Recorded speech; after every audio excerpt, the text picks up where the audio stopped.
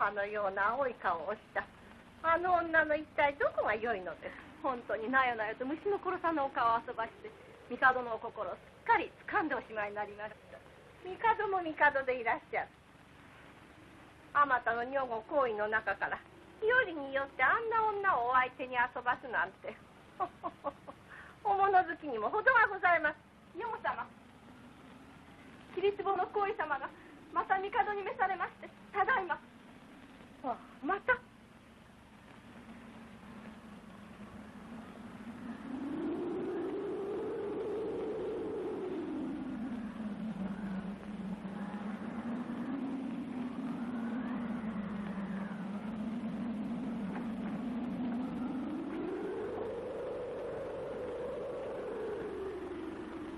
お待ちなさい。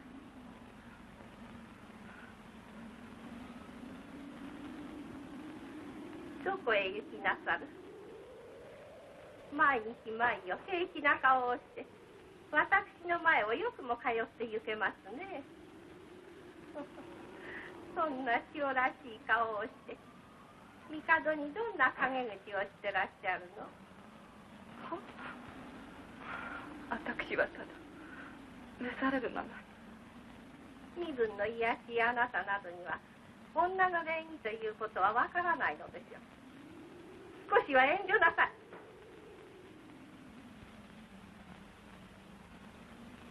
帝がお召しになくてもあなたがご遠慮申し上げていればそれでよいではありませんか。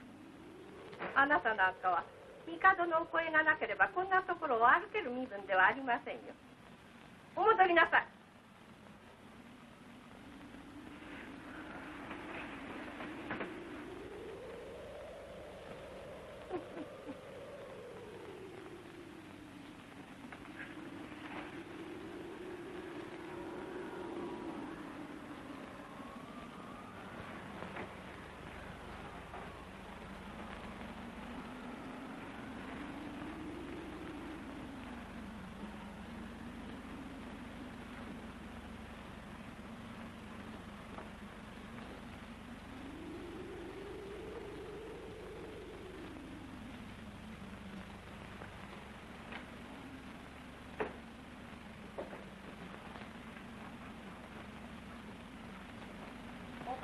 お願いがございます。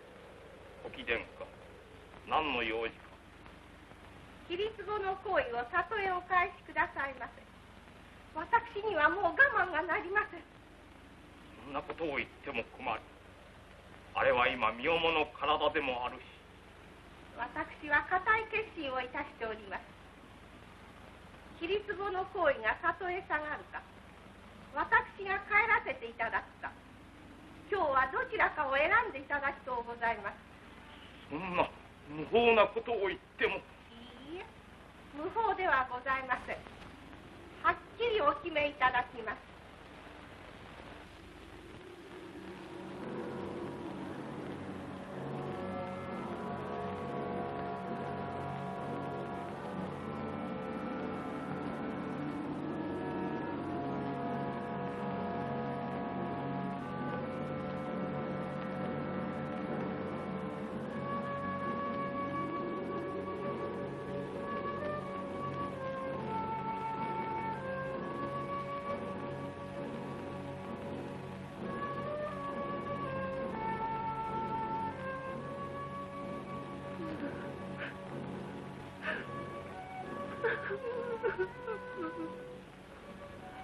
もう泣くのはおよしなさい。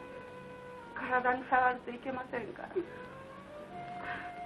お母様、里に帰りましょう。私にはもうとてもこんな恐ろしいところに。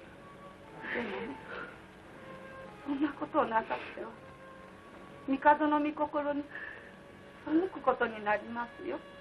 いいえ、私がここにおりますこと、かえってご迷惑をおかけするのです。帝、どなたにも増してこんな私を愛してくださったのですか。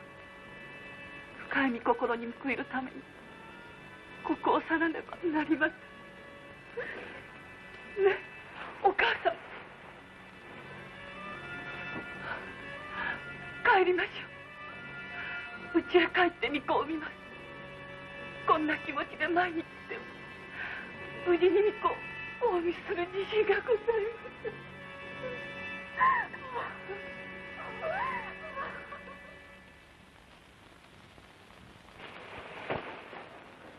いらっしゃい。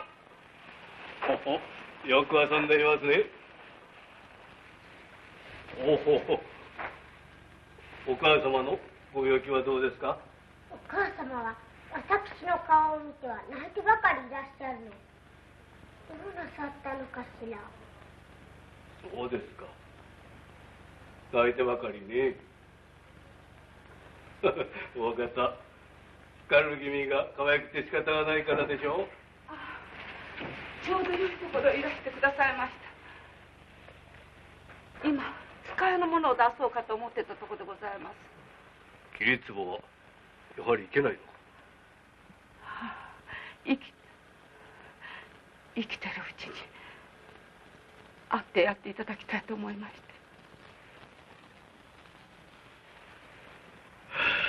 かわいそうな人だ。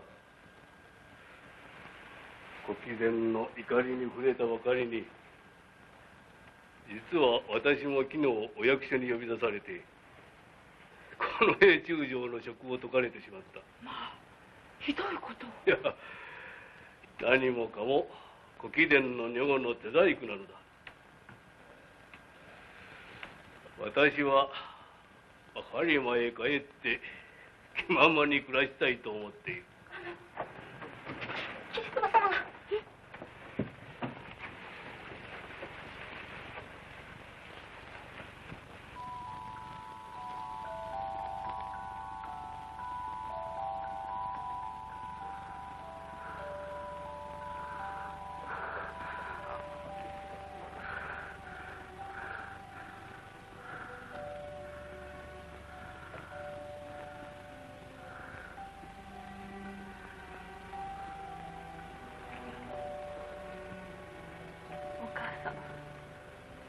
よろしゅうございます。しっかりなさい。ついさっきまで光の君が元服なさるまでは生きていると言われたではありませんか。桐壺、元気を出すのだ。死んではいけないよ。私はもうダメ。帝から身に余るほどの愛をいただいたのです。もういつ死んでも思い残すことはないのですけれど。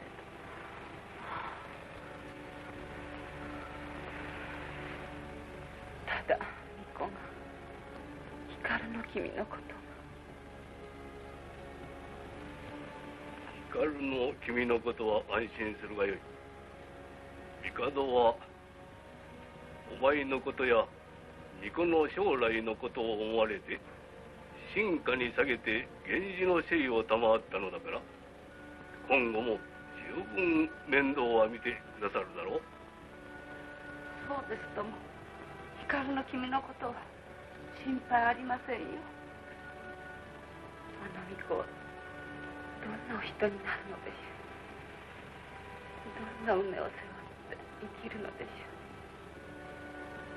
私のような儚い女から生まれたのです。暗い悲しい運命ではないでしょう。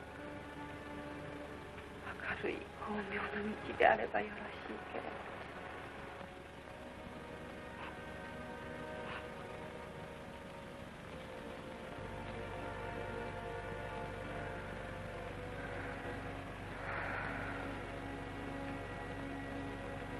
まあ、きれいな夕焼け。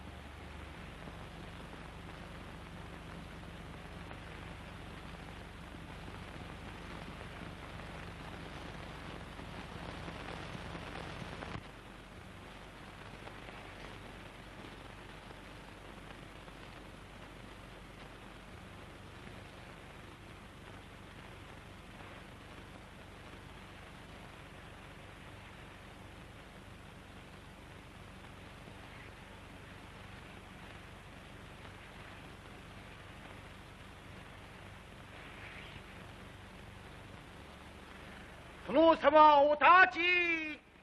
牛わらべよーい。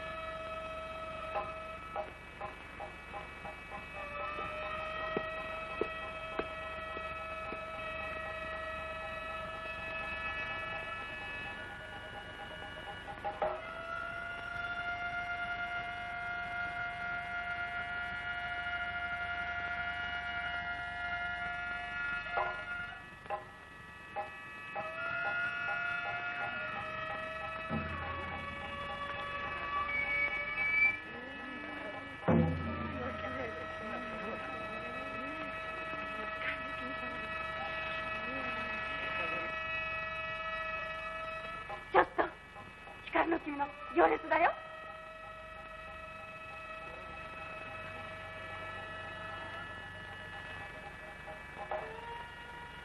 今度は中将になられたそうな。特別の方だから出世も早い。今日こそは顔一目。お水の間からお袖が見えてる。まあ。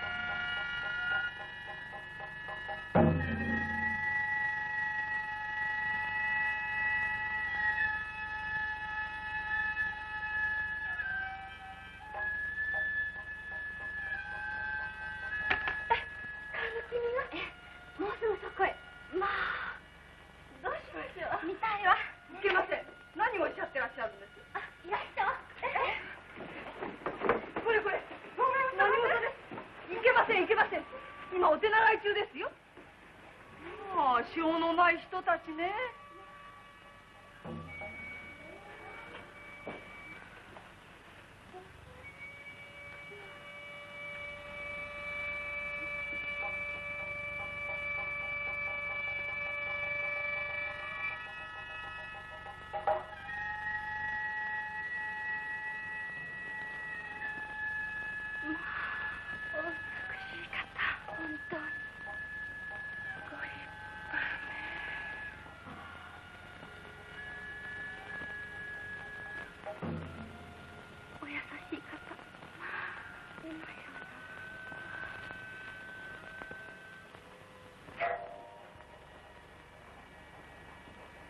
何を騒いでいるの？大方、光の君様が三段遊ばすので、それで騒いでいるのでございますよ。まあ、光の君がはしたない。およし。キリ壺のようないやしい人から生まれたのに、何が光の君です。でもおば様、光の君は帝のご寵愛を一心で受けてらっしゃるのよ。いずれはお殿になるお方よ。私の生きているうちはそんなことはさせはしないよ。おば様はどうしてそんなに憎んでらっしゃるの？お歌もお上手だし、舞はお見事だし、それにお姿は柳の枝に桜を咲かせたような。およし。さあ、参りましょう。これ、ね、これ、これ、これ、これ、これ。もう。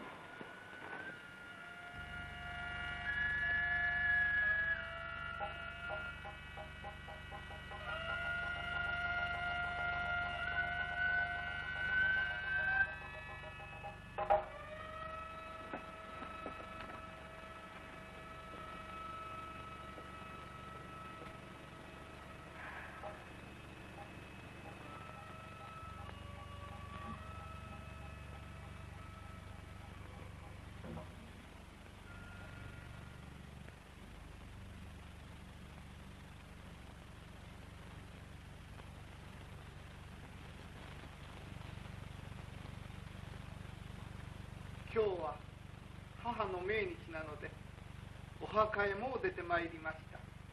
それは良いことをした。私も行きたいと思っていたのだが、体が悪くてね。大変お悪くっていらっしゃるのでしょうか？いや、大したことはないのだが、もう年のせいだろう。今年は特に冷え込むようでございますから、お気をつけあすばしませぬと。ありがとう。そなたは大きくなればなるほど亡き桐壺によく似てくる。藤壺。はい。源氏にその方をやってくれ。はい。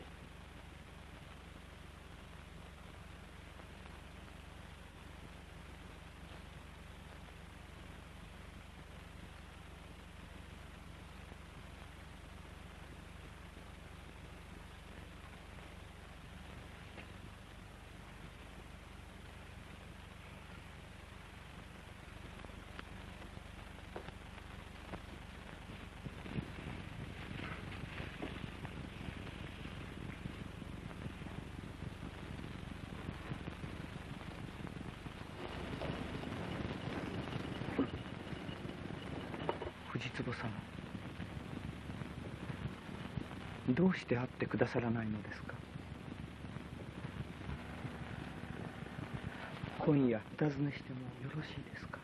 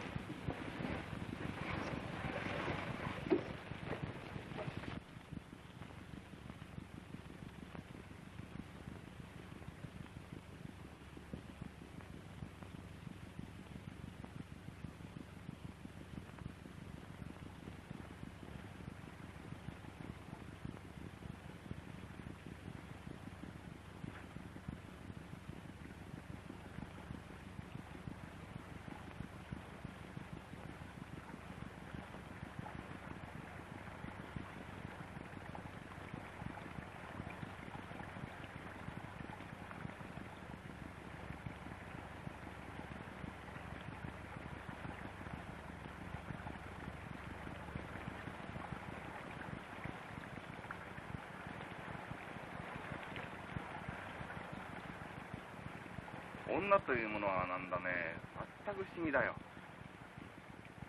捕まえどころないような不可解なもんです。そうかな。私は女というものはひどく単純なもんだと思うね。あんたは女を神秘的に考えすぎるんだよ。どう思われます？さあ、どうかね。私には不可解か単純か、それはよくわからないんだが、良い女というものはめったにいないことは確かです。何の打ちどころのない、これはと思われるような女はめったにいるものでないということは、私もこの頃ようよう飲み込めてきたね。死にそばに育ったお嬢さんなどはちょっと目にはいいように見えるが、ほんの一面の事実だけしか男たちは知らないから、実際以上に買いかぶって恋などをし、後でがっかりするのが多いんだ。娘時代の所在なさのために琴だとか和歌だとかいろいろ習って一芸に通じたかのように話しかけてる者などもいますが、ほんの生っかじり程度のものがほとんどですよ。大体女でも男でも生っかじりの者ほどわずかな知識を振り回すものですよ。風流ぶった女などは全くやりきれない。そうすると取りなる女はいないということですか？いや、私はね、良い女というものは結局平凡な女だと思いますね。そうだね。狭いうちの中のシフトなるべき人は平凡なのが最も良いと思うね。妻にとって何より大切なことは夫の世話をするってことだからね。物のあれなど知りすぎていて、何かの俺に下手な歌など読まれてはかなわない。しかし実直一方で、遅れなどを耳に挟んでばかりいて身の振りも構わずにいるのもどうかとも。打ち解けて悩みや喜びを交わし合うこともできなくて仕方がないから、自分一人で一人笑いなどしていると「なんでございます?」などと間の抜けた声を出されたりするのも情けないことだよ。理想の女なんていうものはこの世におるものでありません。必勝天女を恋人にしようと思うと、これはまた真っ向臭くて困るしね。まったくだ。いや、女は要望などはどうでもいいのです。偏った性質でなければ真面目で素直な人を妻にすべきだと思いますね。べきを育てるように、それを理想にうまく育てていくのもいいことだと思います。平凡だというのは実は本当に美しいんだよ。江戸頃の絵を見てもわかる。荒海に行かれる魚だとか唐国に住むすごいけだものだとかは思い切って人目を驚かすけれども、世の常の山の佇まいなどを描いたものは本当に親しめるからね。しかし女はできるだけ美人がいいよ。美人の子供を持てば第一我が子を宮遣いさせて親が出世できる世の中だ。いや、欲の方から色のことを言っては興ざめですね。平凡な美しさと言われるが、そうすると藤壺様なんかどうなんです？平凡なんですかね？いや、あの人だけは違うよ。世の中に例外ということは、あんな人の美しさをどう例えていいかわからない。空の美しさのようなもんだ。ね、そうでしょ？さあ、どう言ったらいいかね。あなたの亡くなられたお母様にとてもよく似てらっしゃるそうですね。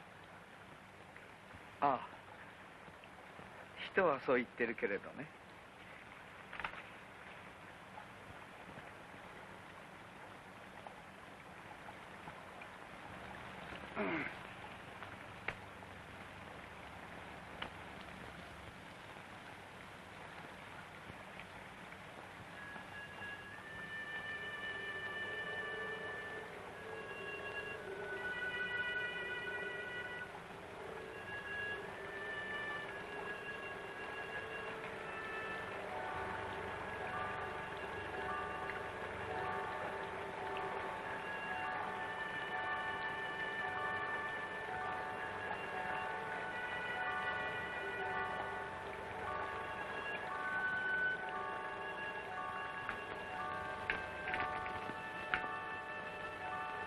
9つと11、12、これで26目。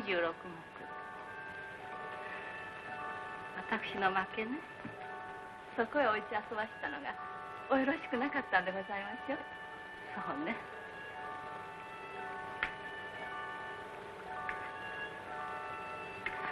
遅いからもうこれでよしましょう。は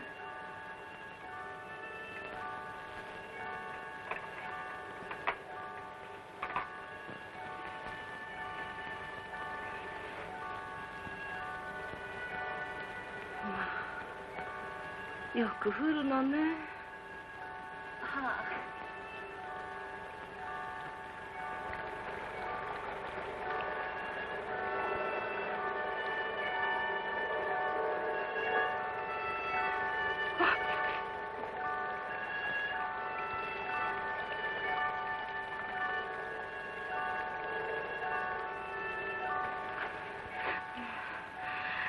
何のご用でこんなところへ。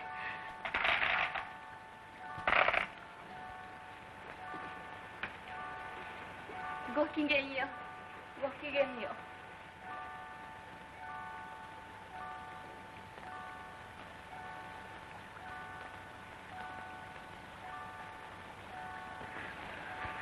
池間さん、こんなとこいらして。藤壺様。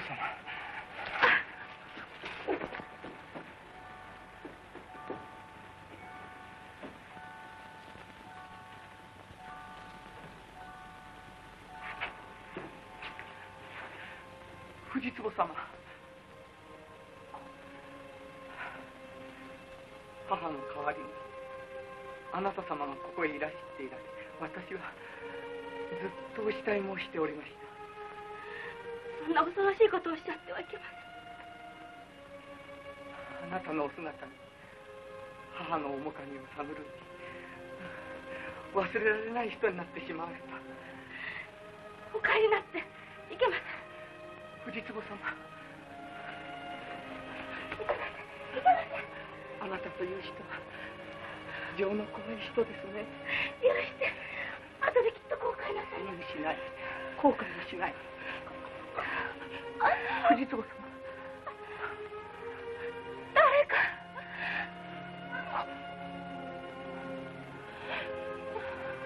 お呼びでございますか。お呼びでございましたでしょうか。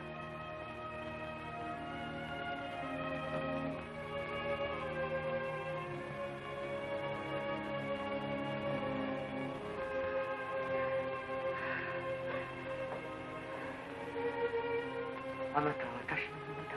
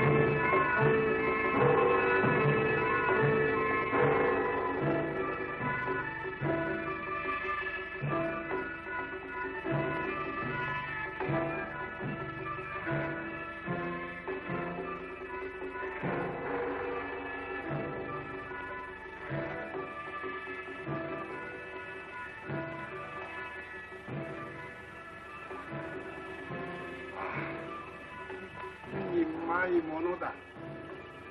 お前の元は平安京随一の舞手だね。ええ、舞もお上手だし歌もお上手だし、どなたよりも人に優れて稀な方でございま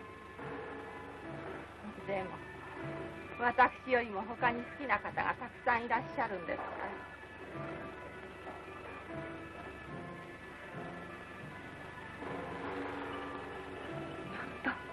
大江上様もいら遊ばしてるのね。光の君は元服なさったその日よりあの方とご結婚遊ばしたそうね。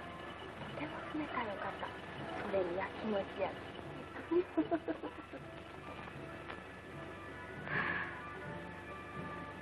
当にお美しいわ。光の君とはよくも名付けたものね。およし、光の君などのことを言うのは、もうすぐあなたは東方の内侍の神になる人ですよ。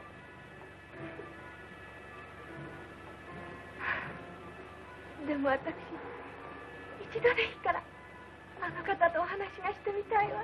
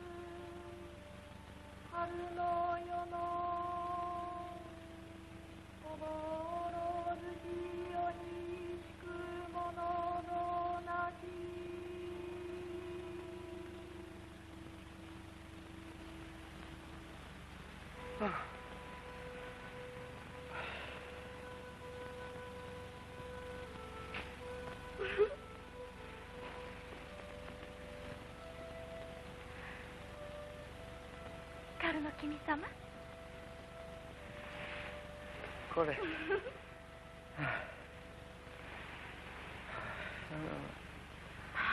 酒臭い。随分およい遊ばしてるのね。私とこうしていてご貴殿の女房に叱られるじゃないんですか。よろしいの、叱られても。近く東宮の内侍の神になる方がそんなことをおっしゃっちゃいけないな。あら、なぜ？宮遣いをする女には恋が許されないんですね。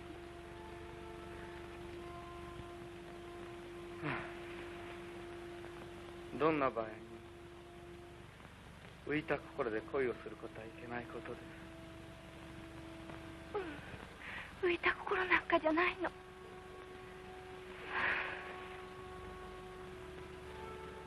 き。ずっと前から好きなの。私には他に好きな人があるのですよ。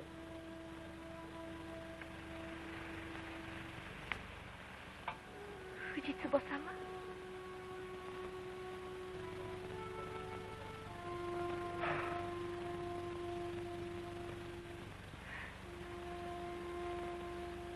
でもいいの。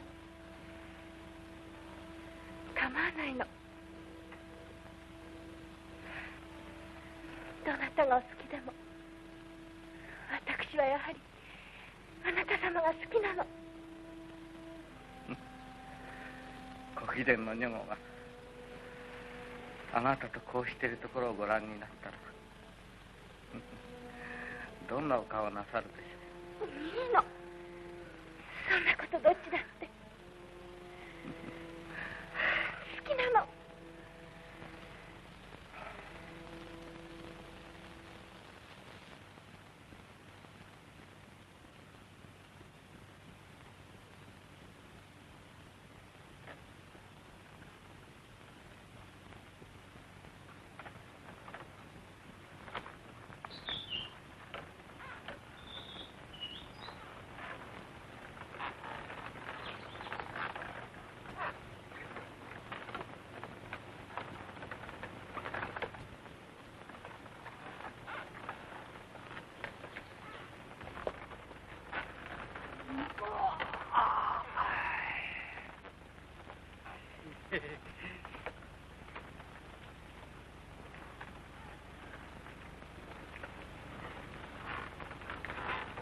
殿様、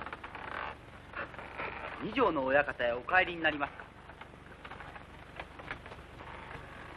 それとも葵の上様のところへいらっしゃいますか？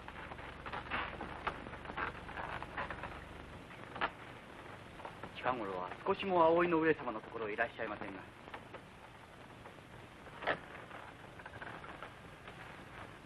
葵の上を訪ねよ。はい。おい、その道を左へ曲がるのだ。葵の上様、葵の上様、光の君様がお越し遊ばしました。いつ？ただいま。そう。今時刻は？卯の刻でございます。卯の刻。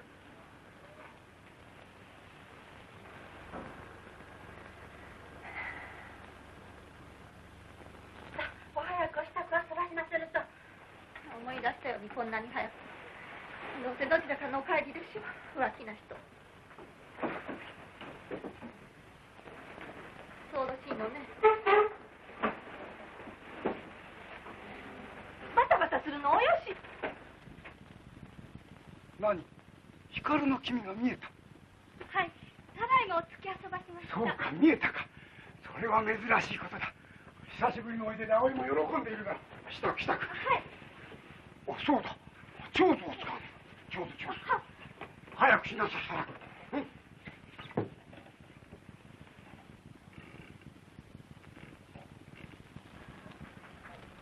世間体だけのことならわざわざおいで遊ばさなくてもよろしゅうございますのよ。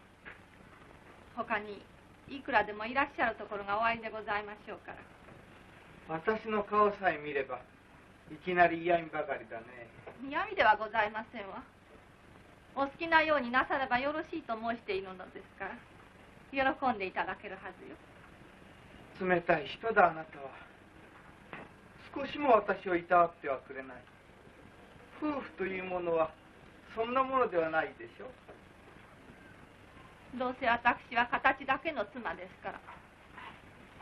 はあ、なんという世の中でしょう。男には幾人でも妻を持つことが許されて、女は惨めに泣いて暮らすのです。いやあ、よく来てくださいました。そんなことばかり言っていては光の君は気を腐らしておしまいになるばかりだ。少しは女らしく優しくするものだよ。お父様は私よりも光の君様がお大切なのです。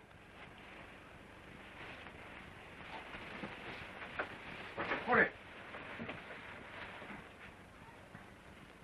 塩のないやつだ。いや、私が悪いのですよ。しばらく参りませんでしたから。いやいや、お役目も忙しいことだし、妻のうちに入り浸っているような男にろくな男はいません。いや、そんなふうにおっしゃられると赤面のほかありません。まあ、あんな娘ですが、時々は通ってきてやってください。欠点もいろいろあるでしょうが、親から見れば可愛い娘なのですよ。よう、いついらしたの？ついさっき見えた。お父さん、葵はどうしたんです？膨れつらして女房たちに当たり散らしてますよ。私が怒らしたのです。困りますね。大切な妹だから可愛がっていただかないと。はあ。お前からも葵によく言ってやってくれ。我には少しも女らしい優しいところがないぞ。生実家歌など読めるのがいけないんですよ。気ぐらいばかり高くていけない。あ、そうそう、昨日ね、藤壺様に会いましたよ。あ、そう。清涼殿の朝郎でばったり会った。初めてまともにお顔を見た。あれは一体どういう美しさなんです。昨日一日中胸がなくて収まらなかった。これ何を言うのだ。仮にもお妃様だぞ。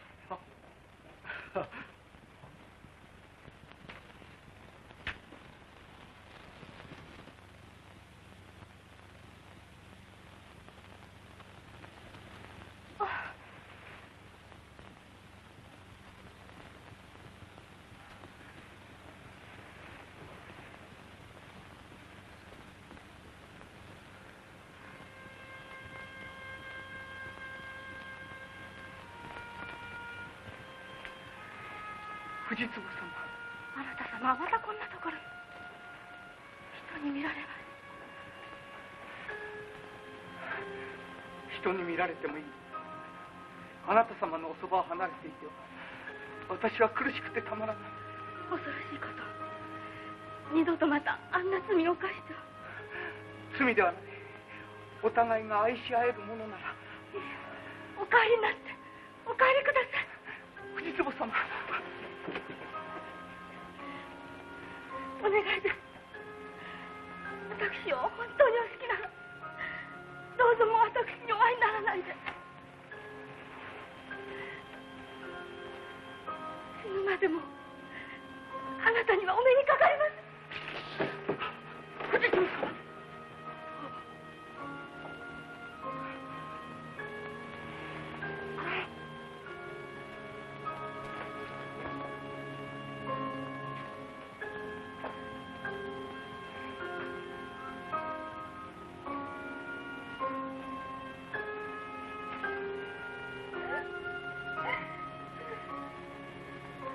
藤壺か。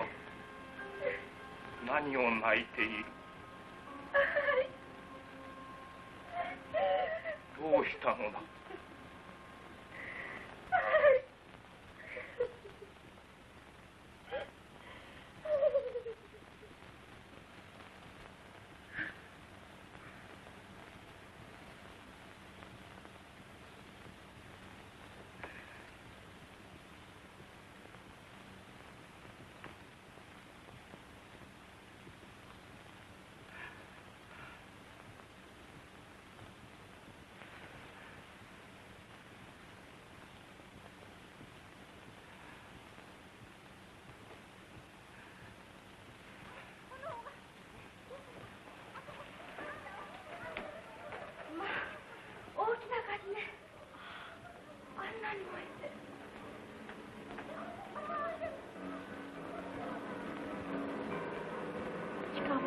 毎晩また族が放火したんでしょ。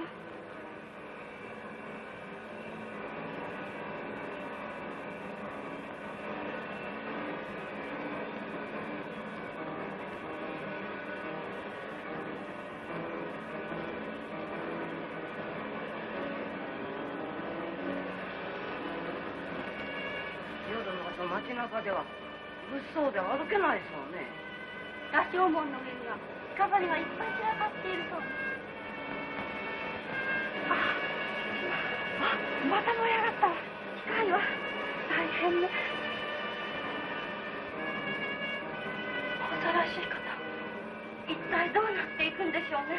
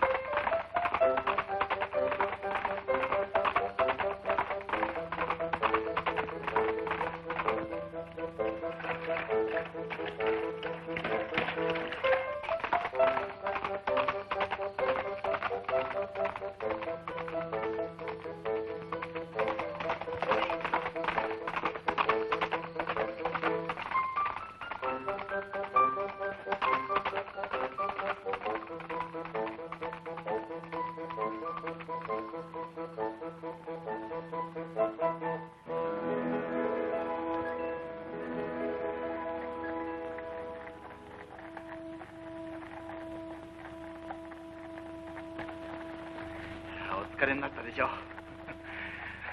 久しぶりで気持ちがいいよ。北山の行者が見たら驚くでしょうな。昨日まで山にこもっていたんだからね。もう笑いもすっかり治りましたね。行者の火事が効いたのかもしれません。さあどうかな。毎日こうして野山に遊んだのがかえってよかったのだろう。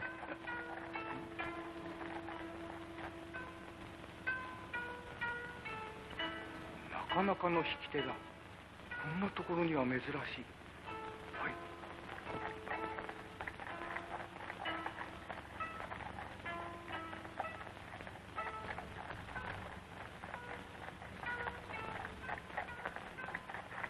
あ、もし。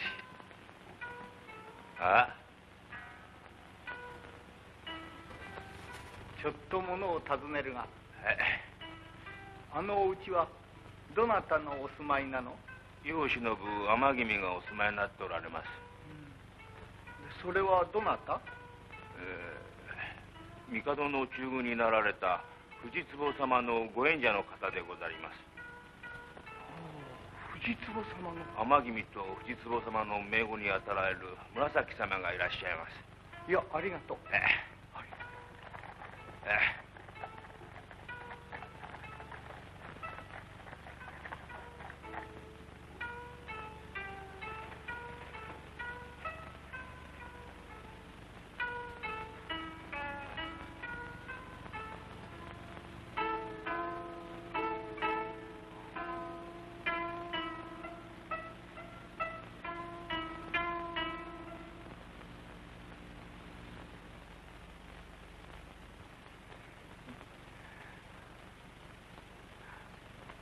いや、なかなかお上手ですね。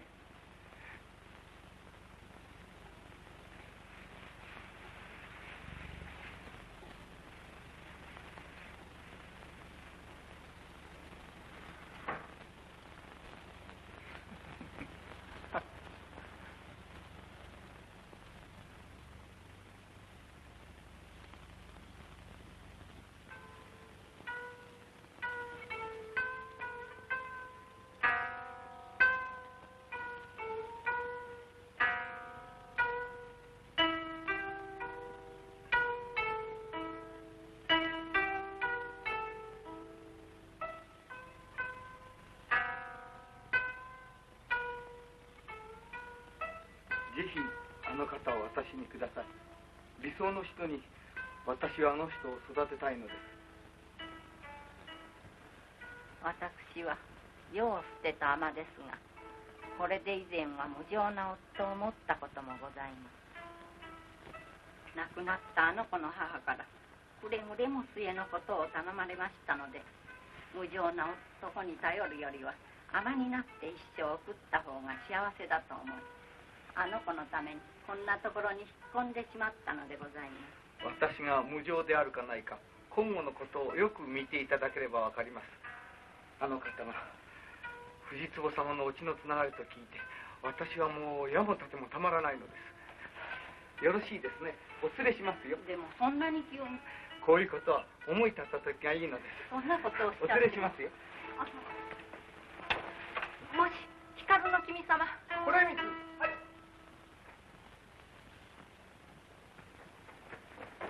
馬の支度はいいか？はい、表に用意してございます。あ、そう。今夜から私の家へ行くのです。さあ、行きましょう。心配することはない。私を信じていらっしゃい。おば様あなたを不幸にはしない。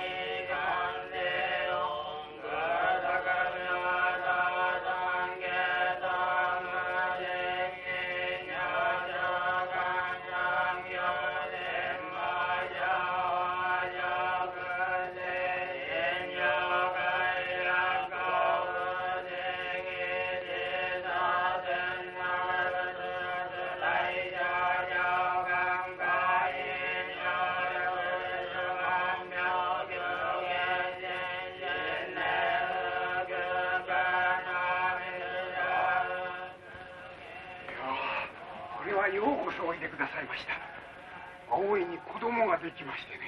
遠野中将から聞いております。今日はその安産の祈祷をしているところですが、体を少し悪くしましてね。今寝ているのですが、見舞ってやってください。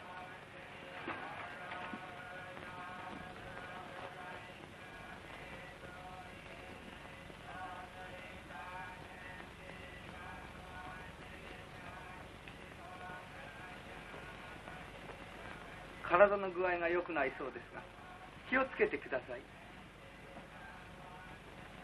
二条の院へ紫とかいう方を追い遊ばしたそうですが、お楽しみなことでしょう。紫の上は養女のつもりでもらってきたのですよ。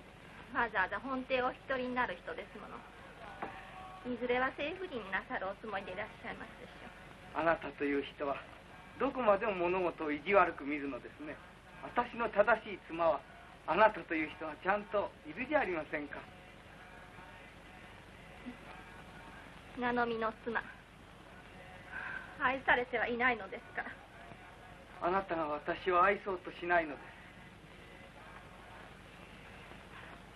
はあ、あなた様の巫女など産みたくもないのに。そんなことは言うものではないでしょう。生まれてくる子供がかわいそうです。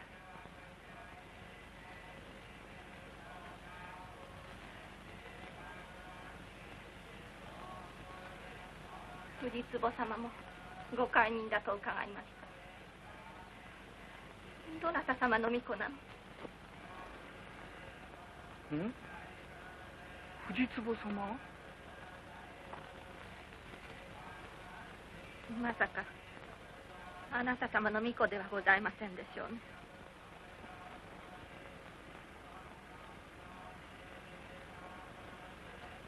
藤壺様。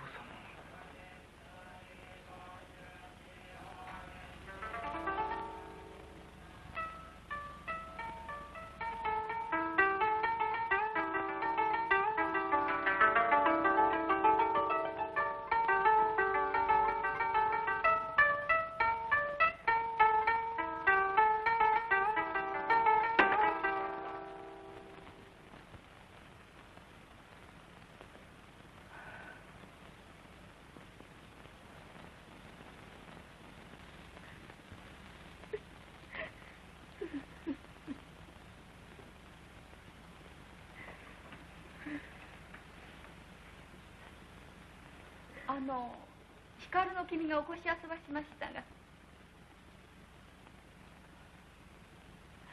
お会いしないとお伝えしてください。はい。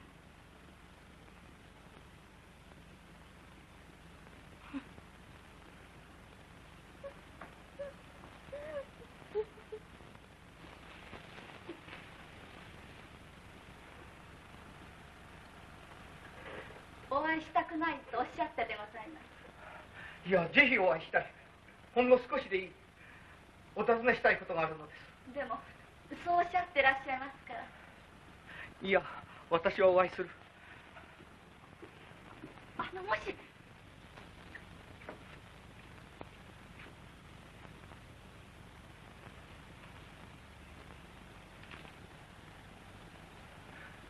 藤壺様。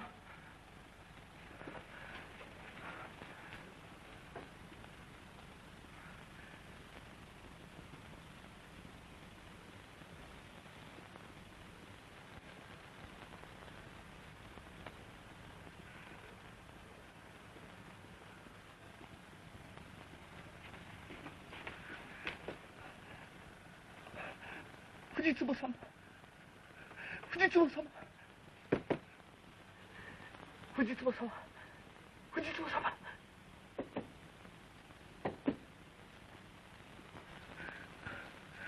お尋ねしたいことがあるのです。知りたいことがあるのです。藤壺様。藤壺様。光の君。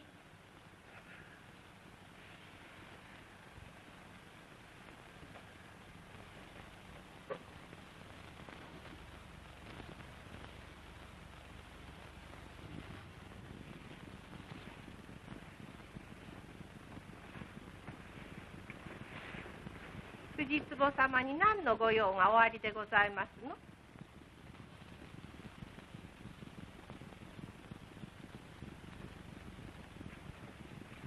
光の君といえども、ここは男の方の勝手におみ足を踏み入れられないところです。それとも藤壺様と特別のご関係でもおありなの？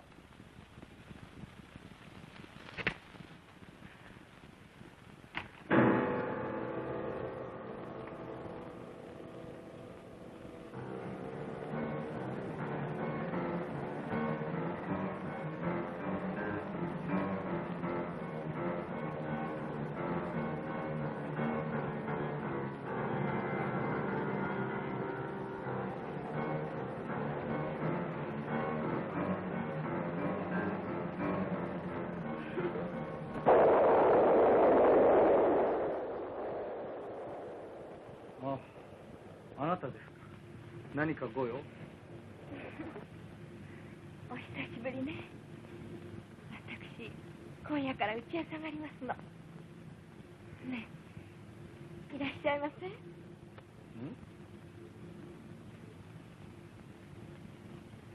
あ、行きますよ。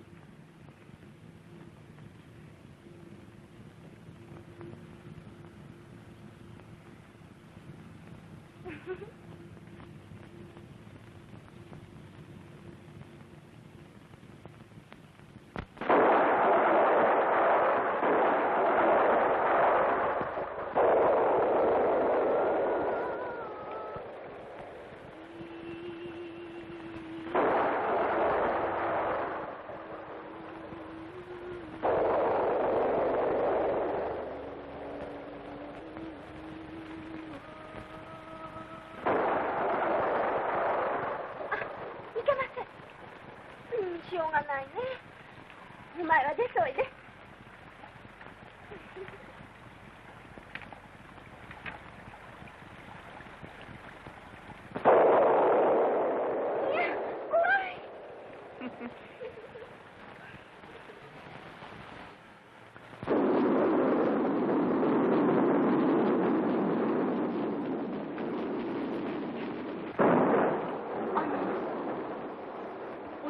ただいまこちらいらっしゃいますが。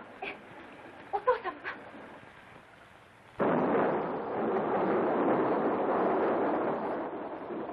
何です。明かりもつけないでどこにいます。さあつけなさい。はい。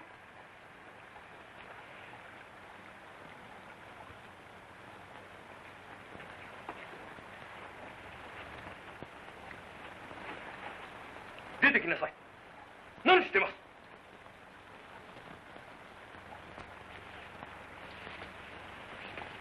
どう遊ばしたの？お慌てになって。何もしてはおりませんわよ。ああ、眠い。そこに誰がいるの？変なお父様。私が一人で休んでおりましたのよ。嘘を言いなさい。こんないい匂いがしているんだ。確かに誰かいたんでしょ。私の匂いよ。匂ってごらんすばせ。よしなさい。あなたの不死だらが分かってみなさい。わしの身分がどうなるか分からん。まあまるで私が不死だらしたみたいね。何の証拠があってそんなことをおっしゃるの？いいえ、確かにここへ光の君が見えているはずです。それでおば様はわざわざ雨の中をいらしたのね。みんながあなたのことを心配してるんです。あなたの不貧困が分かったらお父様の地位はいっぺんにひっくり返りますよ。光の君が確かにここにいたんでしょ。さあ、いらっしゃらないでしょ。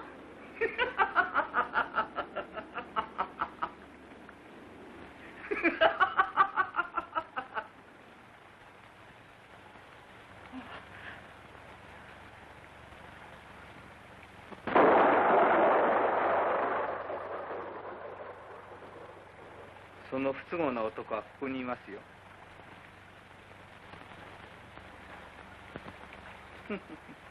あなた様というお方はひどいことをなさいますのね。おぼろ月夜の君がどういう立場の方かご存知の上なのでしょうね。あなたのその目は私が生まれた時から必要に私につきまとって離れない。光の君様、これ3つおっしゃる方が表。あ、そう。すぐ行きます。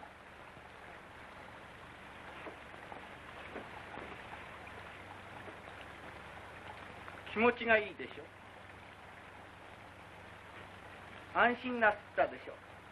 私の落ち度をやっと掴んで。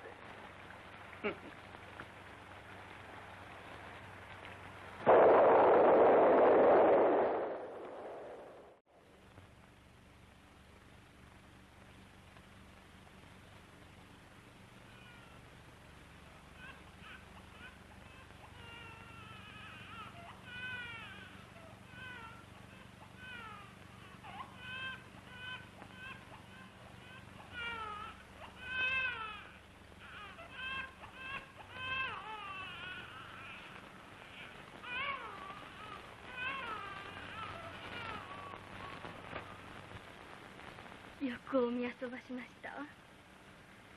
あんなお弱いお体で。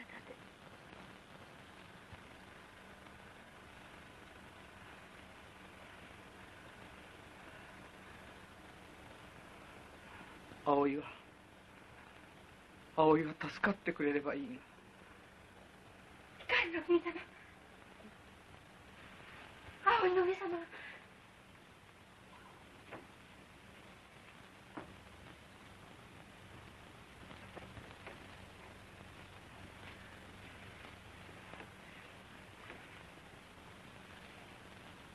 葵。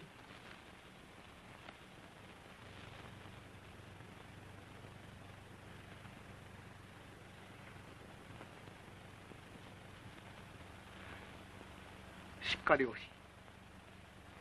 死んではいけないよ。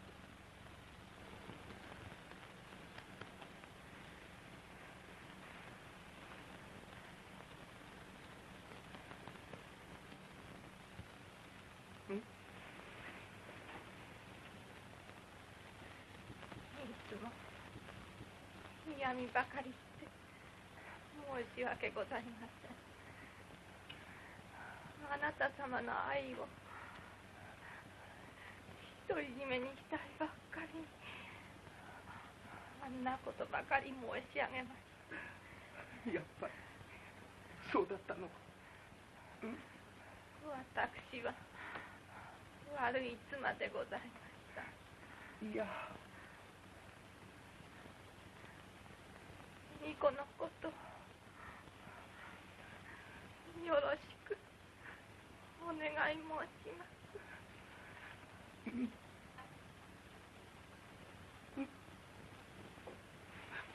葵。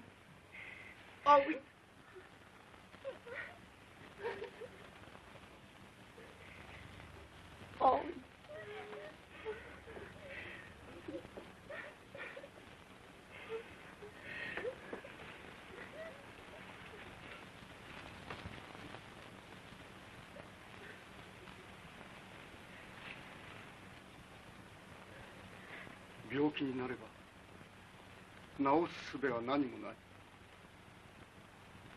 ただ死んでいくのを待つばかりだ。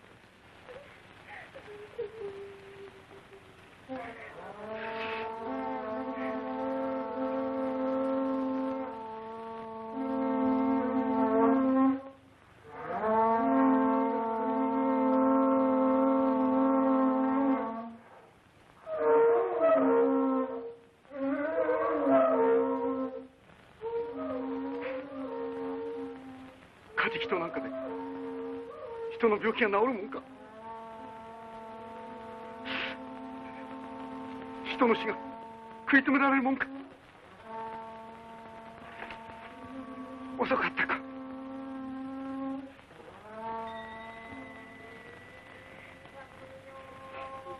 たった今かわいそうなことをしました。間に合わなかったか。急いで帰ってきました。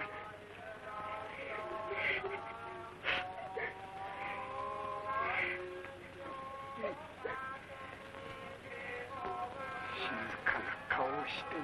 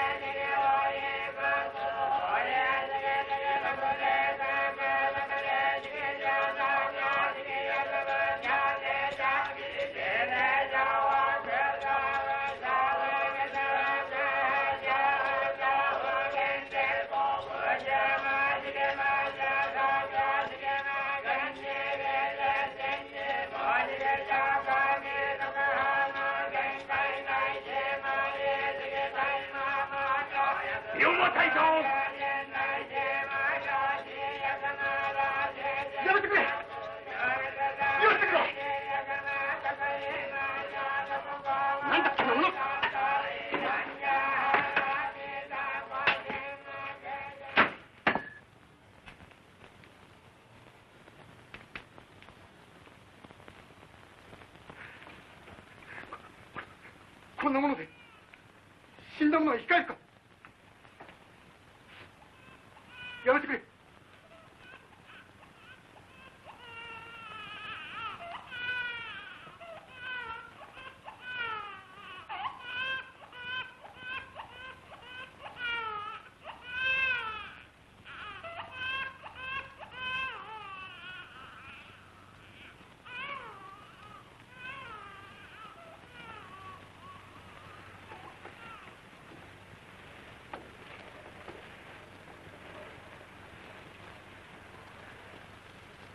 うなことが起こり始めると何かと続いてうまくいかなくなるものです。私は今日左大臣を辞めさせられました。それはどうしてですか？古貴殿の女房の中傷だと思います。座上大臣には右大臣がなられるのです。あなたのことも何かと言いふらされております。しばらくどこかへ身を隠される方がいいでしょう。私は隠れる理由などはない。私にどんなことができるか何なりとしてみるがいいでしょう。いけません。それは向こうの思うつぼにはまることです。右大臣の勢力は古貴殿の女房の後ろ盾で日の出の勢いですから、あなたが今都にいらしてはそれは危険ですよ。都をしばらく離れて時期をお待ちになった方がよろしいでしょう。一時住まいでも行かれたらどうですか？同じ姓を名乗る同族同士がまるで敵のように傷つけ合っているのですね。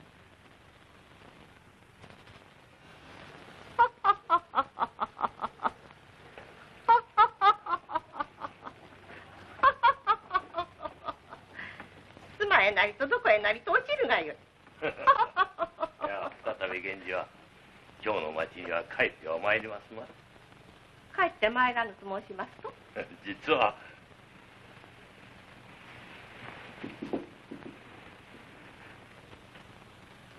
そんなこと？いや、何？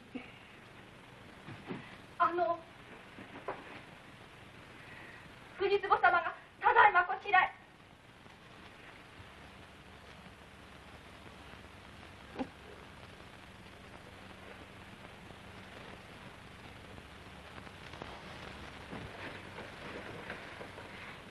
君に何の恨みがあってあんなひどいことなさるんです？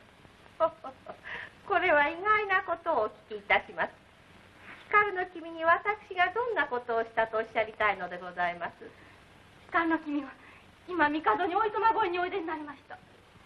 職を引いて住まいいらっしゃるとか。それが私のせいだとでもおっしゃりたいのでございますか？分かっております。何もかも私には分かっております。ああ、藤壺様。光のことも左大臣の職を解かれたのみんな帝のご意志なんですよ。あなたは黙っておいでなさい。そんなに光の君をおかば遊ばすのはおかしいことね。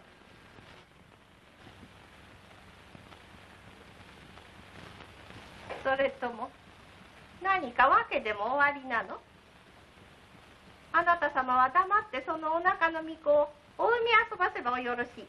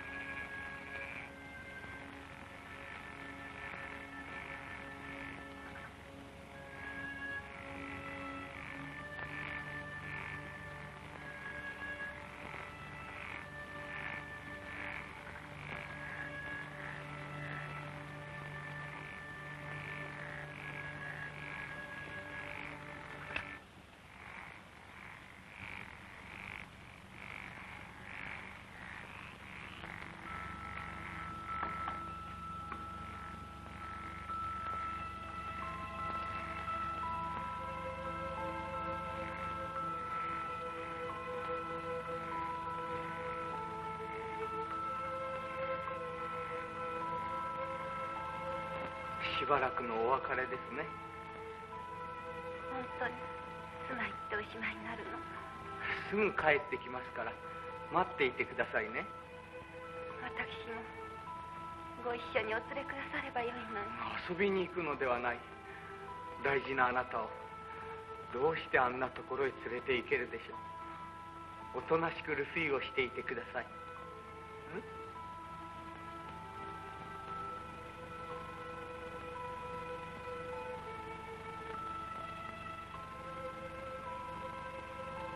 このお屋敷もどんなにか寂しくなりましょう。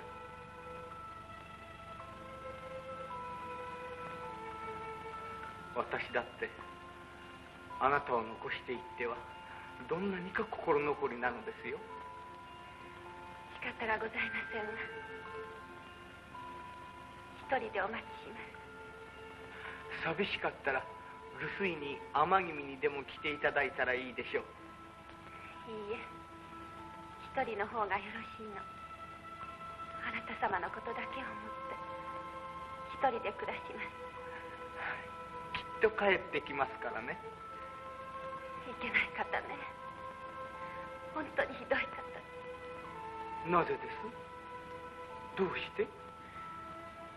おぼろ月夜の君のことでこんなことにはなりにならないのでした。こんなにも私は悲しくないかもしれません。あの人のことで私たちが別れて暮らさねばならんかと思うと、女の身にそれが何よりつらい。許してください。みんな私が悪かったのだから。いいの、もうよろしゅうございますわ。済んでしまったことですもの。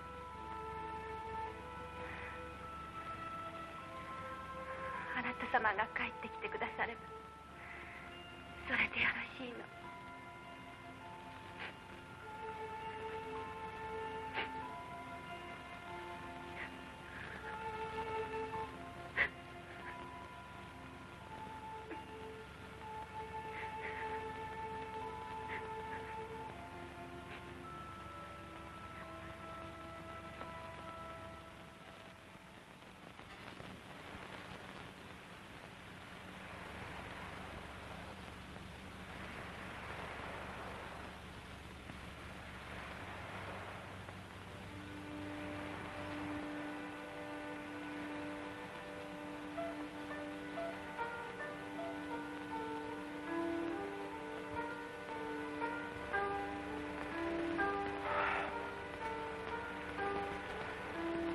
どうしく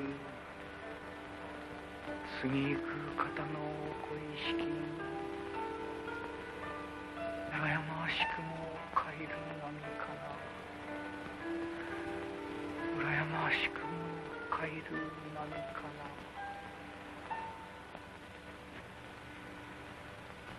殿様、ただいま播磨入道様がお見えになりました。あ、そう。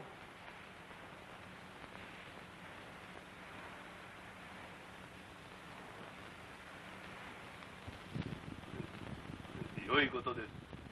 都を一時落ちてここへ世を忍ばれたのはいい結果を生むことになるでしょう。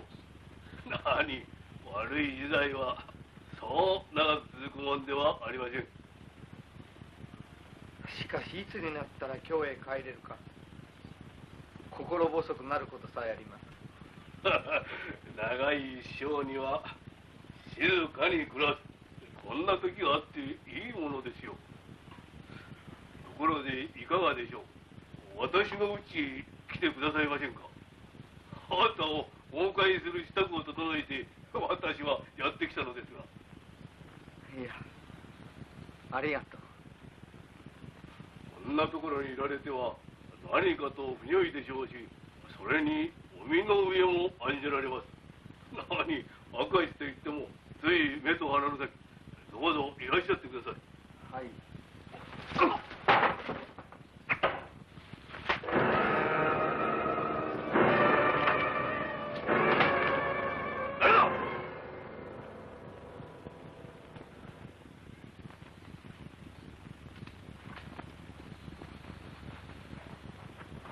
お怪我はございませんか。あちらへ逃げて。はっ。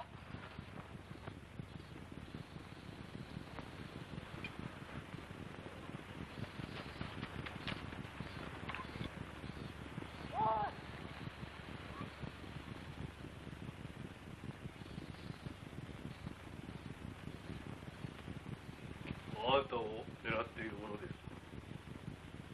大方右大臣の差し向けたものでしょう。いかがです？すぐにも私のうちいらっしゃいませんか？はではご厄介になりましょう。そうですか。来てくださいますか。口の者も喜びます。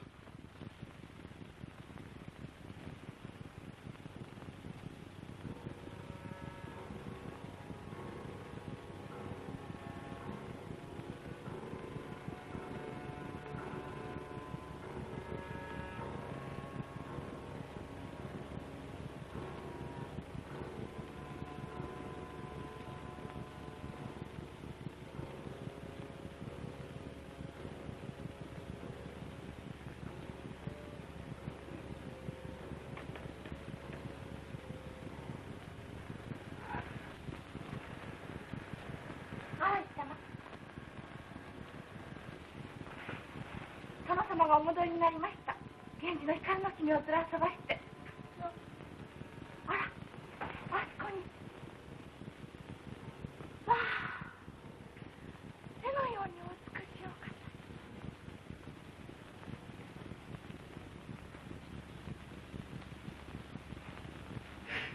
お方。いいお屋敷ですね。播磨守をしていました時に建てたものです。今は私も世を捨てていますが、娘が縁づくまではと思ってここに住んでいます。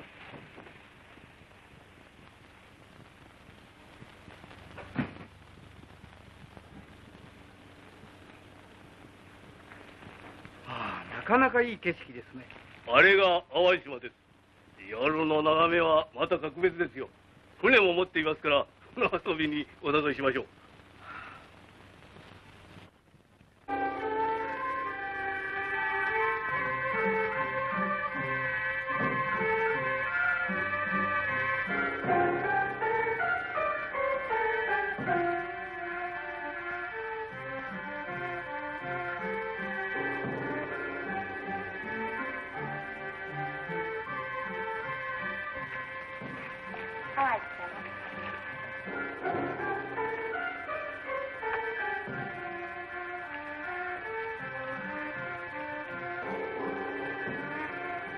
光の君にお連れしなさい。いや、すっかりもういい気持ちになりました。さあ、拙い技ですが一曲お聴きくださいますか。どうぞ。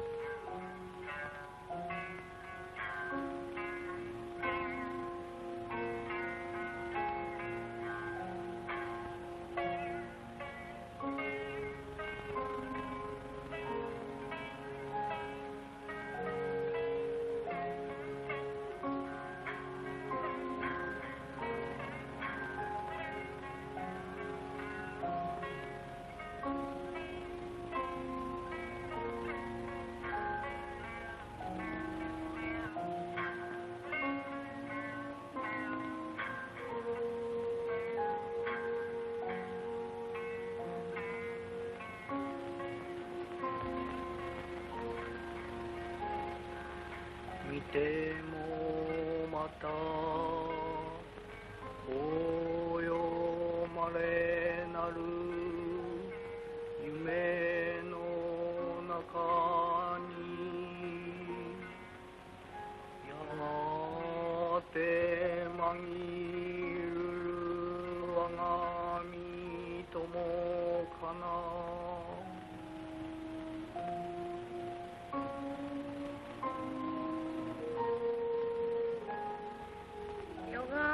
たりに人や伝えんあぐいなく月に収めぬ夢になしても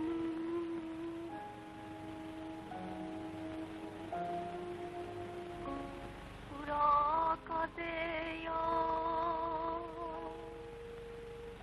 いかに膨らん思いある袖打ち濡らし波間なき頃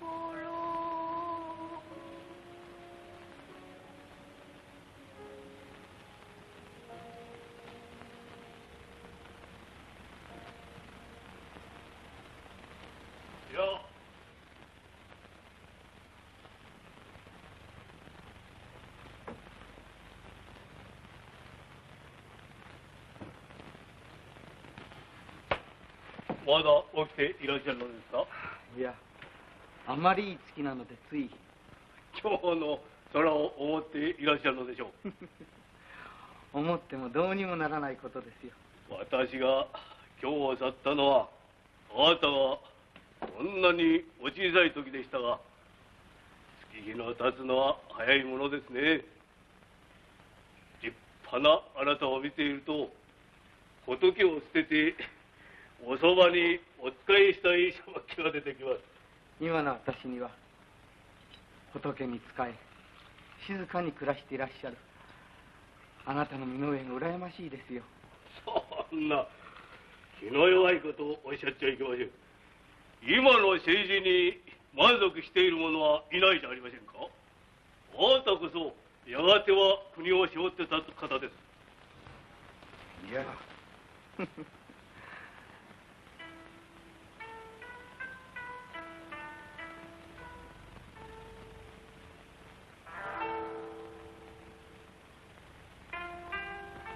娘です。私も坊主は坊主らしく山へなりと隠れて住めばいいのですが、娘の身の上が気にかかって何としても悟りを開いた気持ちになれません。身分のあるいいお方に縁づかしてやりたいのですが、これはお気に障ったらお許しいただきたいのですが、いかがでしょう。娘をもらってやっていただけないでしょうか。はあなたに、もらっていただければ私も安心して念仏三昧に入ることができるのですが、いかがなものでしょうか。は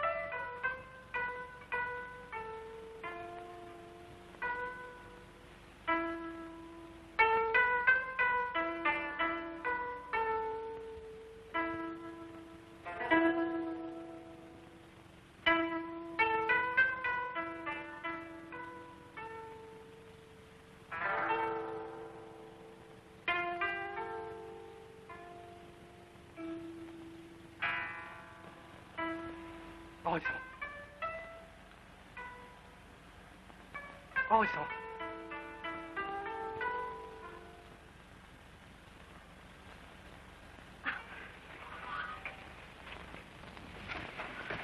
吉成、どうしてこんなところへ？殿様はあなた様を光の君に差し上げて持っていらっしゃるんでしょう。まあ、そんなことでお父様が何とお思いになろうとも私にはあなたが。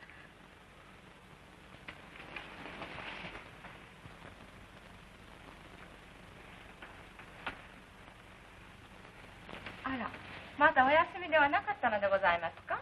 ええ、これ光の君様方へ都からの便りでございますの。そう。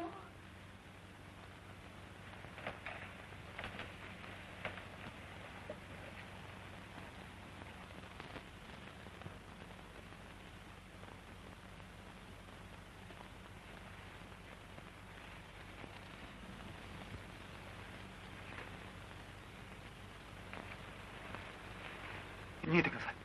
私と一緒に逃げてください。そんなことはできないわ。逃げるなんてこと。その殿様へのお手紙にもございましょうが、藤壺様には無事男の巫女をお海へ遊ばされたとのことでございます。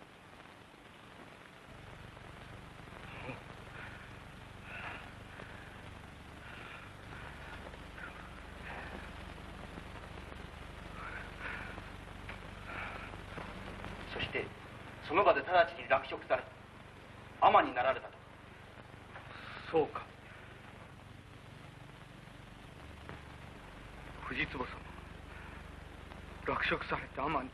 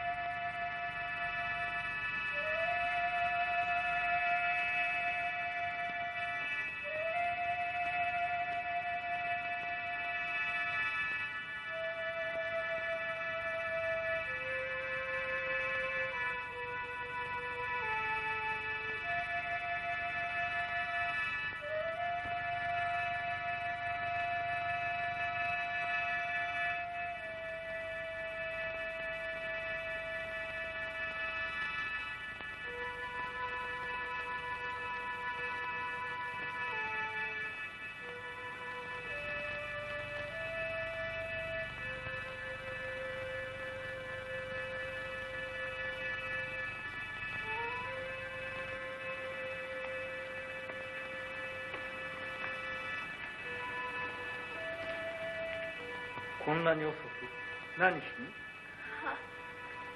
に？眠れませんので。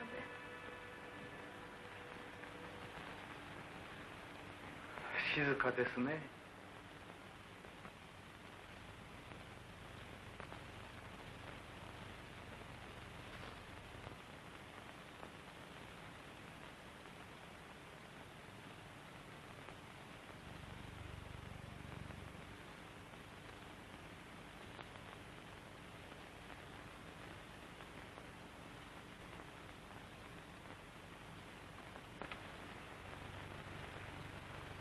誰か。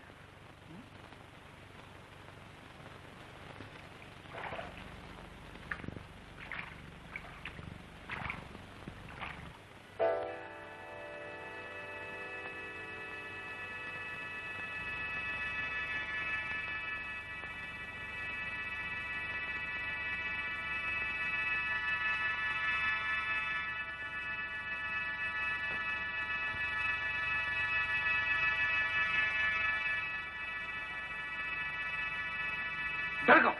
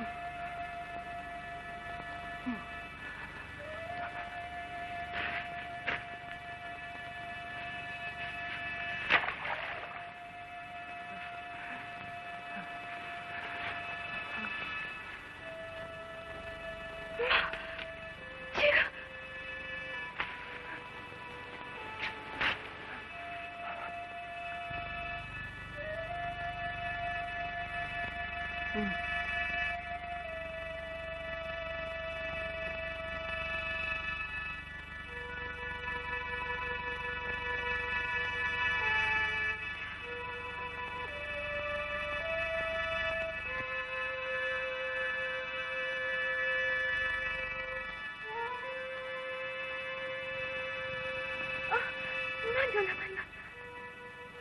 いけません。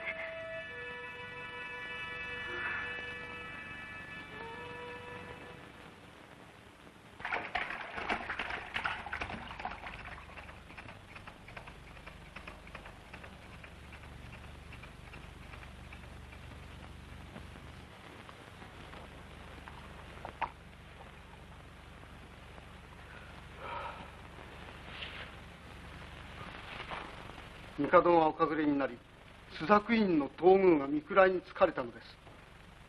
そう、お隠れになったか。古貴殿の女房もお後を追うように亡くなられた。それはまた重ね重ねのご不幸でしたな。帝のご遺言もあり、新しく建たれた朱雀院の帝には至急源氏を呼び戻せとおっしゃっているのです。光の君、ご分が向いてまいりましたな。すぐにも京へお帰りなさい。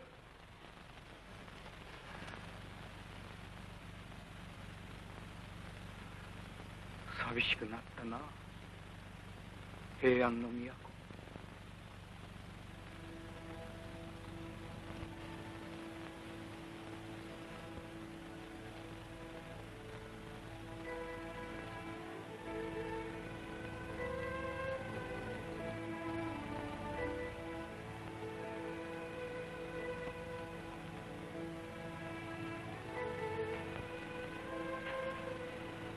明日私と一緒に京へ立ちましょう。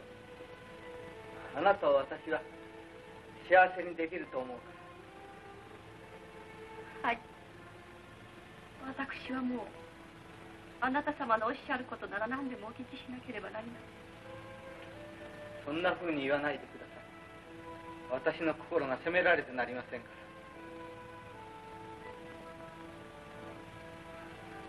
ら。ただ一つお願いがあるのでございますが。ああ、いいですとも。何なりとおっしゃい。私と一緒に吉成も連れて行ってくださいませ。私たちは小さい時から一緒に育ったのですから。ああ、お安いことだ。お望みなら御所へ勤めさせてあげてもいい。ありがとうございます。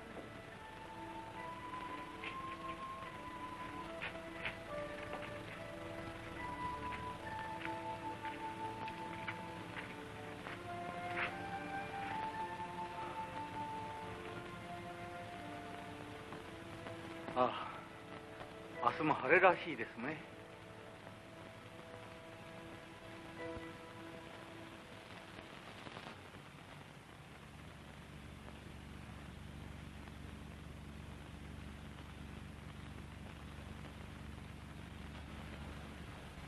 源氏には左大臣を、東の中将には右大臣をしてもらう。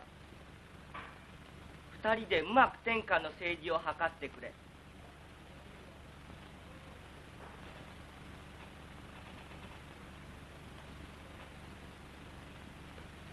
帝はお隠れになるし、古貴殿の女御も亡くなられた。藤壺は落食されて世を捨てられたし、すっかり寂しくなってしまった。内侍の神。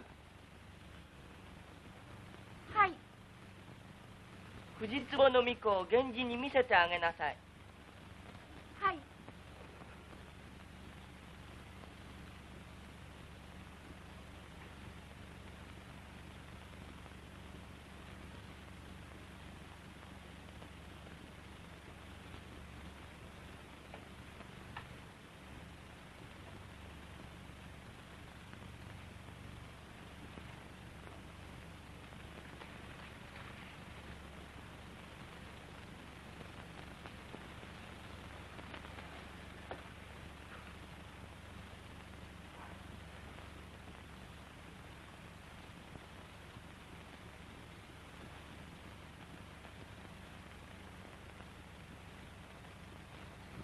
あなた様に生き写し。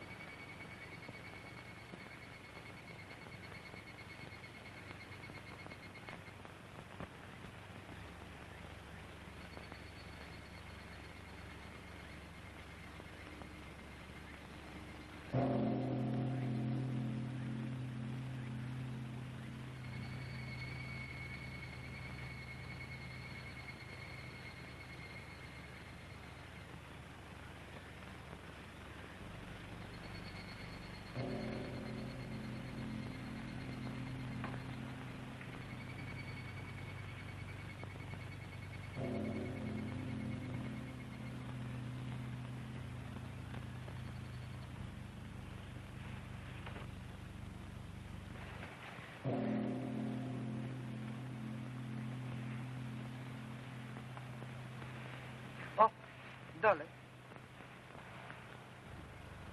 柔らかな手ですね。いつまでもこうしていてくださいね。まあ憎らしいお人。また他の人のことを思ってらっしゃったのでしょ。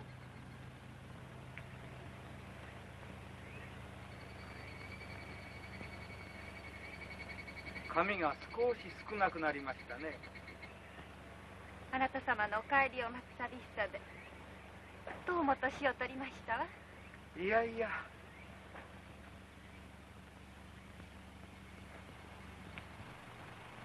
髪が少なくなればなったであなたはますます美しい。まあお上手なことばかり。他の人にもそんなことばかりおっしゃってるのでしょ。淡路の上にも。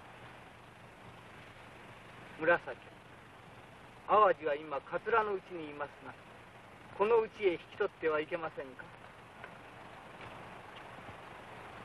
女の人のことは済んでしまった後からみんな私にご相談なのですね。叱らないでください。あなたにそんな顔をされるのが何より私には辛いことなのだから。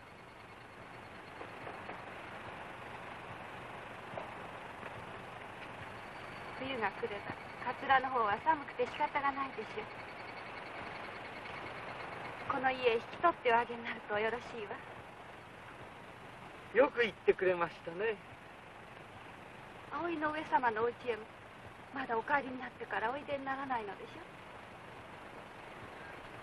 お父様は寂しい思いをしていらっしゃるでしょうから、一度お見舞いしておあげ遊ばさないと。紫、あなたは本当にいい方だ。いつまでも私を見捨てないでくださいね。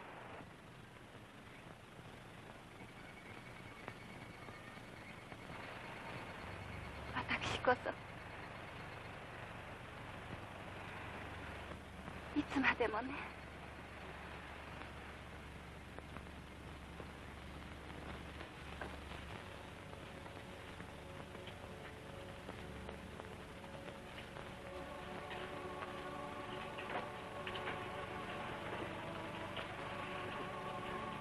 あなたが通ってくださった頃と同じです。それは葵の着ていたお着です。これはあなたがいつもお使いなされたすずりです。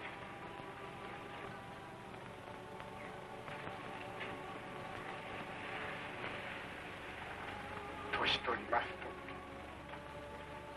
何でもないことに涙が出るものです。あなたがこうして来てくだされば今でもそこに葵がいるような気がするのです。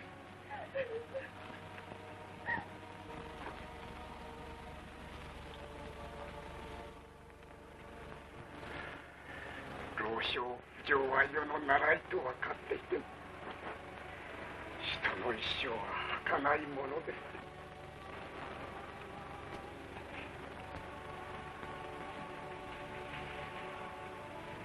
君なくも塵積もりぬる常夏の梅雨打ち払い幾よ犬ら幾よ犬ら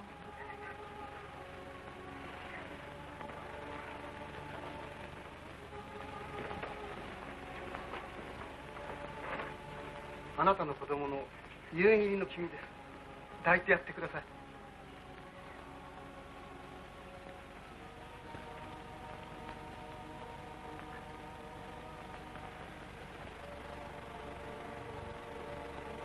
目があなたとそっくりですね。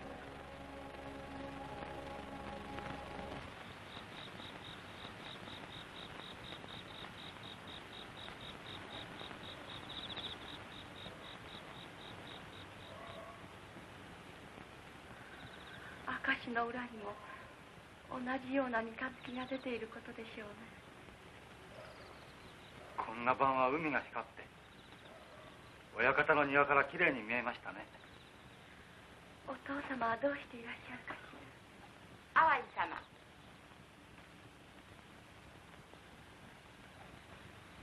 殿様がただいまこちらへ。あ、そう。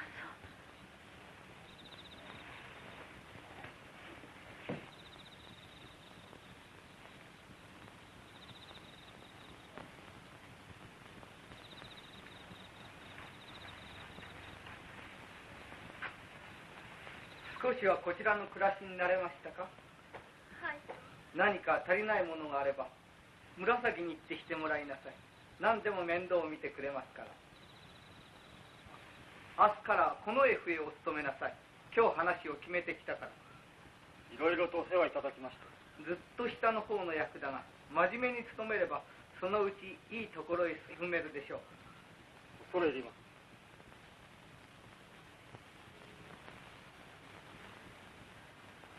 赤ちゃんができたということだけれど本当？は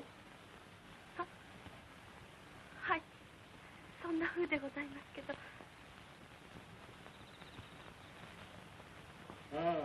そう。じゃあ早速淡路へ使いを出してお父様に知らせておあげなさい。お喜びになるでしょう。はい。殿様。ちょっと。何？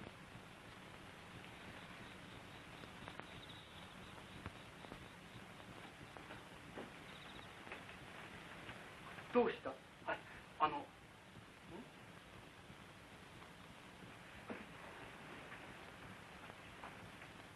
藤壺様がお悪いご様子でございます。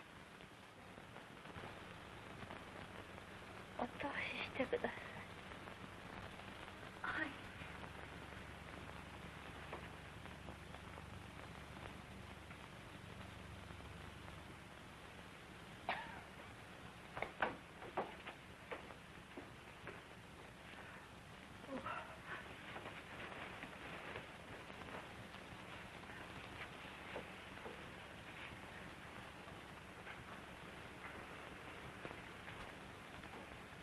スを上げて暗くてお顔が見えない。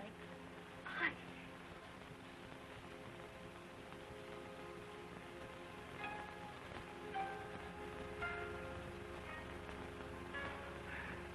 藤壺様、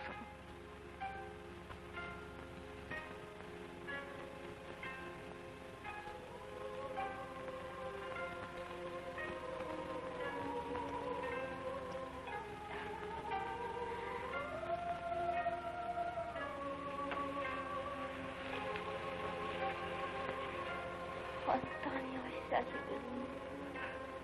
はい。お会いしとうございました。死ぬ前にもう一度。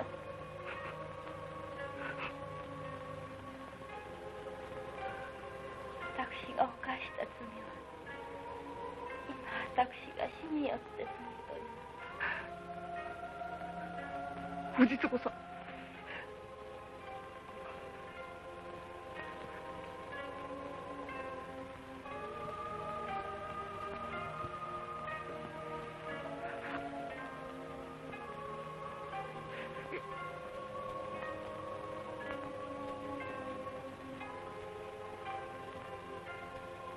女は悲しいもんですね。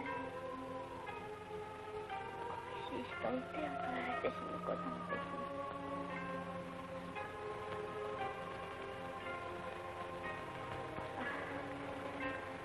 また降ってきましたね。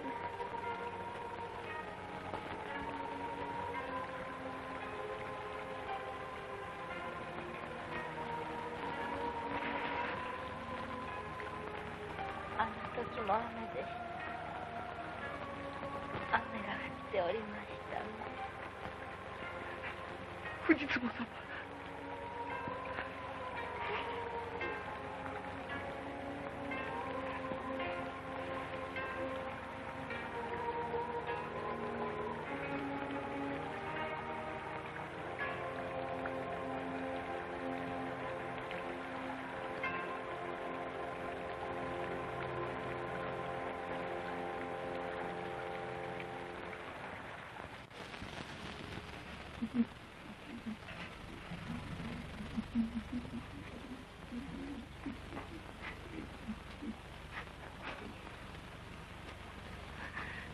泣いてあげなさい。思う存分泣いてあげなさい。藤壺様、思いに負っておられたのも今はあの世に行かれてほっとされたことでしょう。泣いておあげするのおよろしいわ。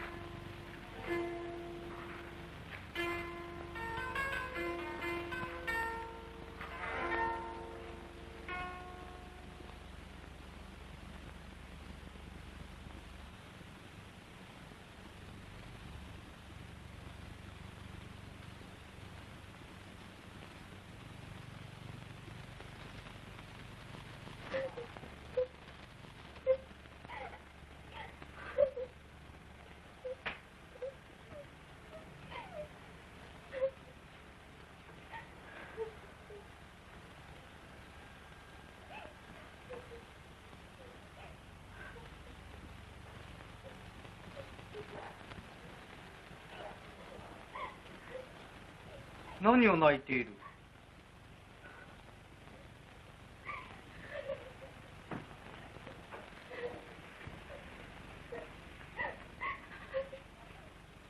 どうしたの？何があった？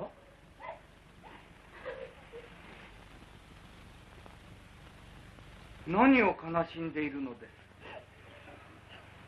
今日まであなた様をお騙ししておりました。ん？それはどういうこと？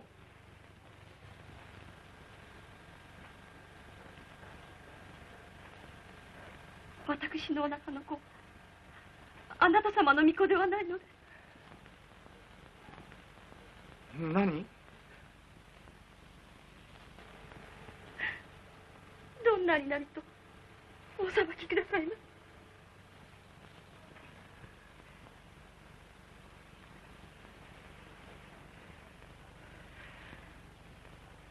誰のですか？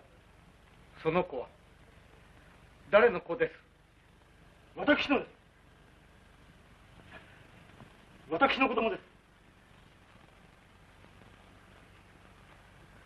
吉成、お前はそれが私に対するお礼なのか？淡路は私の人だったのです。殿様が私からお取りになったんです。もう一度言ってみよう。何度でも申し上げます。あなた様がお取りになったんです。やりやり。何？お待ちなさい。お待ちなさい。それは人の私です。割と私です。あなたが来るならない。あなたを苦しめたら私です。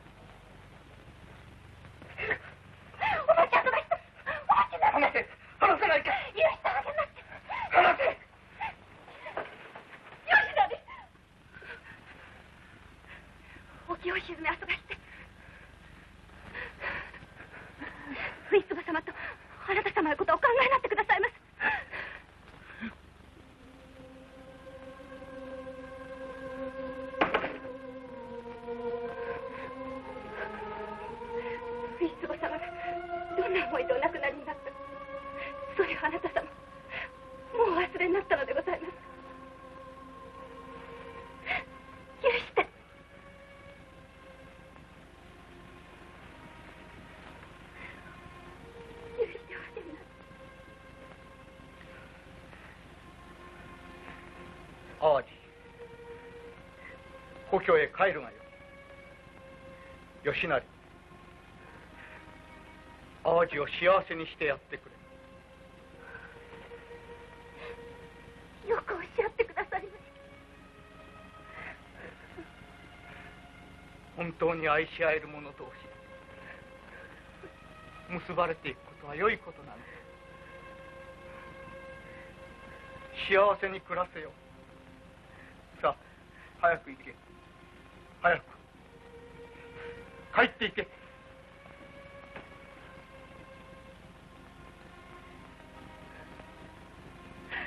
紫様、ご恩は一生。どうぞお幸せに。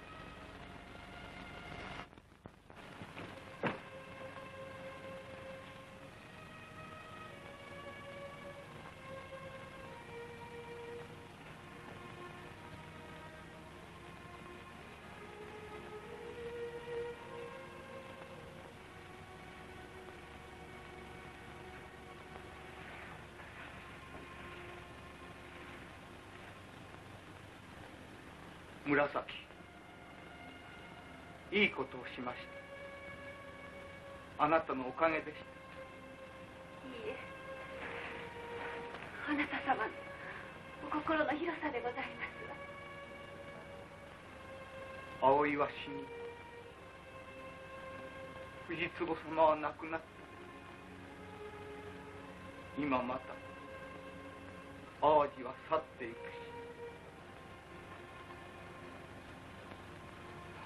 私のすがる人、あなただけだ。あなただけが私の頼りなのです。紫、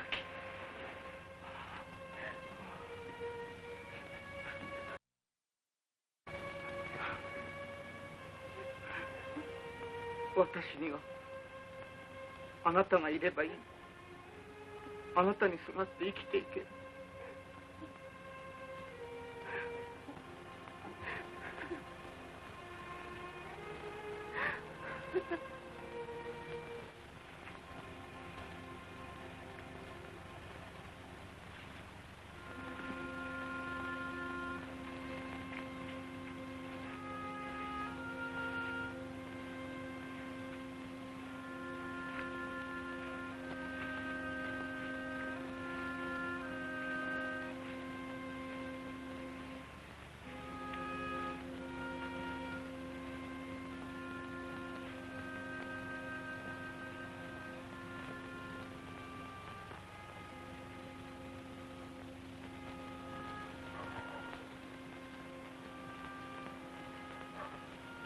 紫淡路の琴を持ってきてください。